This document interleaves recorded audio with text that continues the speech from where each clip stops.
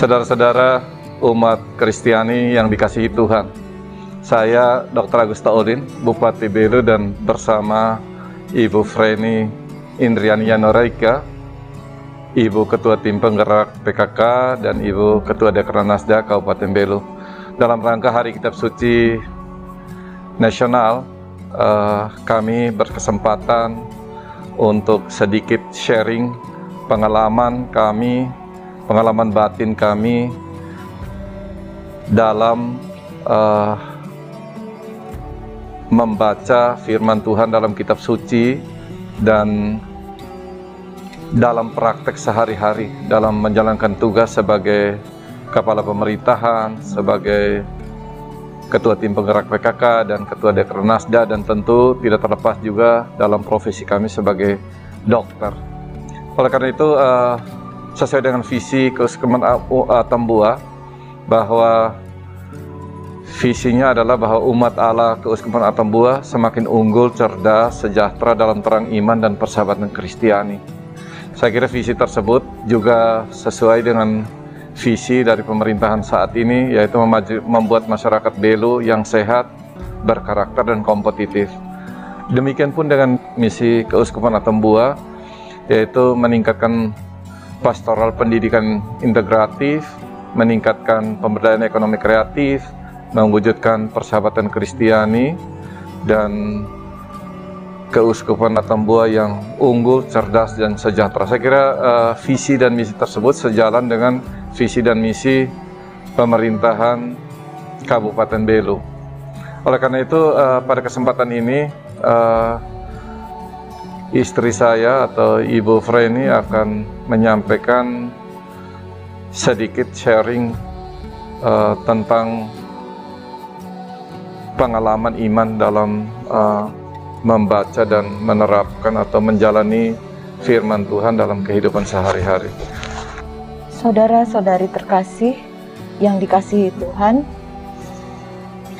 dalam menyambut bulan Kitab Suci Nasional, izinkan kami sedikit sharing tentang pengalaman hidup kami yang semoga bermanfaat bagi banyak orang, bahwa sebagai manusia yang tidak sempurna, kami pun pernah merasakan berada di dalam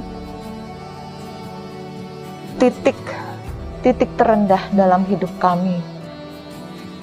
Perjalanan hidup kami, perjalanan keluarga tidaklah semulus yang mungkin dipikirkan orang.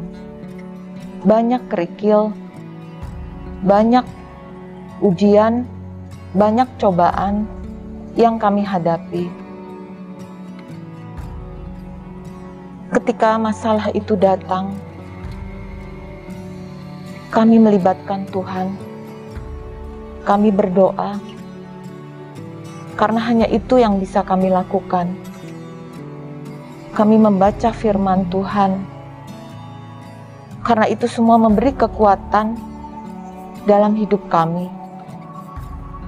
Seperti firman yang ada dalam kitab suci, di kitab Yohanes, tertulis Yohanes 15 ayat 7. Jikalau kamu tinggal di dalam aku, dan firmanku tinggal di dalam kamu, mintalah apa saja yang kamu kehendaki, dan kamu akan menerimanya. Karena itu, ketika kami datang kepada Tuhan dan selalu melibatkan Tuhan dalam setiap langkah hidup kita, dalam setiap langkah hidup kami, dalam setiap persoalan yang kami hadapi, hanya pada Tuhan kita memohon dan meminta. Kita bersungkur, kita bersujud di depan Tuhan, di hadapan Tuhan, kita memohon kepadanya. Dan jadikanlah firman Tuhan menjadi pegangan, menjadi benteng hidup kita, menjadi kekuatan bagi hidup kita. Kami selalu menyempatkan diri setiap hari untuk membaca kitab suci, dan itu sudah kami terapkan di dalam kehidupan keluarga. Anak-anak walau hanya membaca 1 atau 2 ayat saja, kami selalu menghimbau dan meminta mereka untuk membaca. Dan kami berharap umat Kristiani juga mau selalu membaca kitab suci, karena itu pedoman bagi hidup kita dan menjadi kekuatan dalam langkah hidup kita sehari-hari. Ketika suami memutuskan untuk mencalonkan diri menjadi bupati, itu juga merupakan keputusan yang tidak mudah bagi saya sebagai istri, karena mengingat kami harus jika pindah, kami harus meninggalkan anak-anak, keluarga, usaha dan pekerjaan kami yang sudah kami rintis sejak lama. Itu merupakan pergumulan bagi saya. Pada awalnya kami memang tidak mengizinkan, kami masih terasa berat ya, karena itu tidak mudah juga bagi kami. Sehingga pada saat itu saya memang datang pada Tuhan. Saya menyerahkan seluruhnya pada Tuhan. Keputusan apa yang terbaik yang harus kami ambil. Saya berdoa setiap malam sampai akhirnya jawaban Tuhan adalah saya harus mendukung penuh apa yang suami saya ingin lakukan untuk menjadi bupati. Keputusan itu langsung saya ambil dan saya memang mendukung total. Saya datang di bulan Agustus tahun lalu dan Tuhan ternyata menjawab. Karena dalam doa saya selalu minta, Tuhan tolong, saya ingin jadi berkat bagi banyak orang, bagi sesama. Dan ternyata jawaban itu saya pikir ada di sini. Ketika saya harus berkeliling melihat banyak masyarakat di sini, hati saya terpanggil bahwa saya harus melakukan sesuatu. Dan apa yang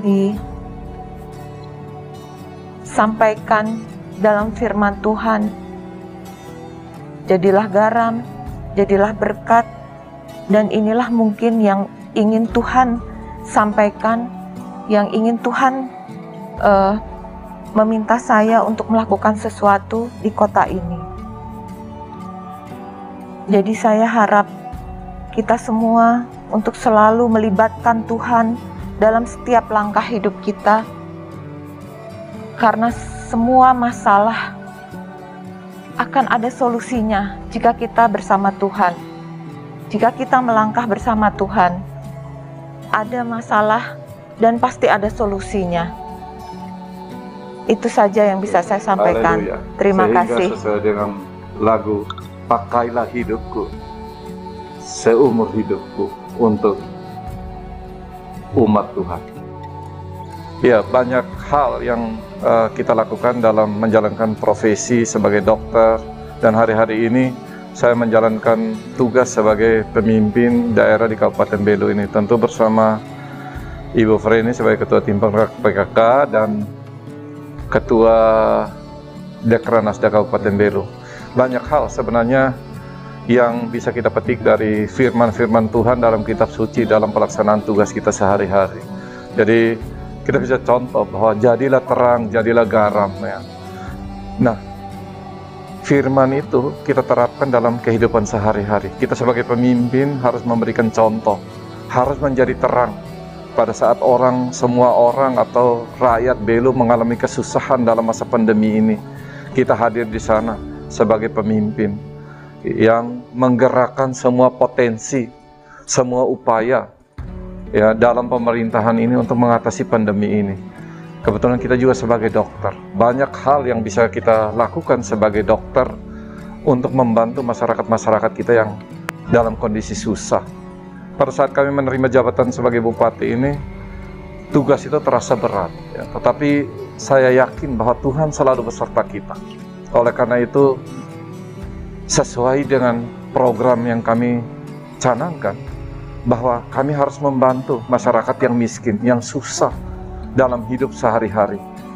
Pada saat kami datang, 53.000 masyarakat di Kabupaten Belu yang tidak memiliki kemampuan untuk mendapatkan pelayanan kesehatan.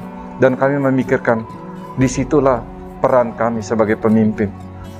Dan kami diperintahkan atau diutus untuk mewujudkan atau menyelamatkan atau membantu masyarakat-masyarakat kita yang dalam kesulitan. Oleh karena itu, dengan program kesehatan gratis bagi masyarakat Belu, hari-hari ini masyarakat Belu bisa menikmati pengobatan hanya dengan KTP saja, dan pemerintah menyiapkan dana untuk itu.